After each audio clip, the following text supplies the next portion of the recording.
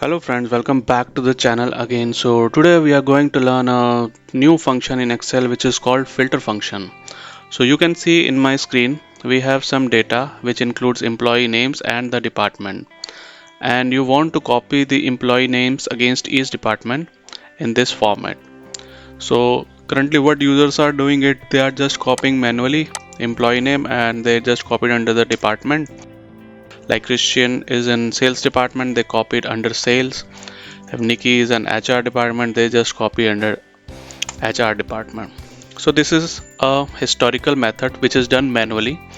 So now we have a beautiful function in Excel which can replace this manual effort for each user, and it saves a lot of time. Okay, so let's start how to use this function. So I will put my cursor in the cell in which I want to insert a function. So I will enter equal to filter opening bracket, and now it is asking me about the array. Array means the data which you want to include in this column. So I will select the employee name. So I need the employee names under the department. So I will select this employee names and I will select F4 to fix the range. Now comma, and what should include? Includes means the departments. So I want to include the department so that each department has separate employees captured in this format.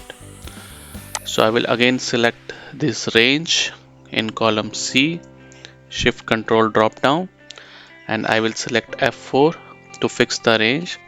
So now I have to give the logic. If any employee is in any of these departments, that name should come in this cell. So I will give equal to, and then I will select the upper cell which is the department name, and then I will close the bracket. Now you can enter this and you can see the employees are captured in the finance department column. So now you can drag this till the end and you can see that each employee is now segregated as per their department in the Excel. So I hope you like this video, and this is a beautiful function which saves a lot of time of users.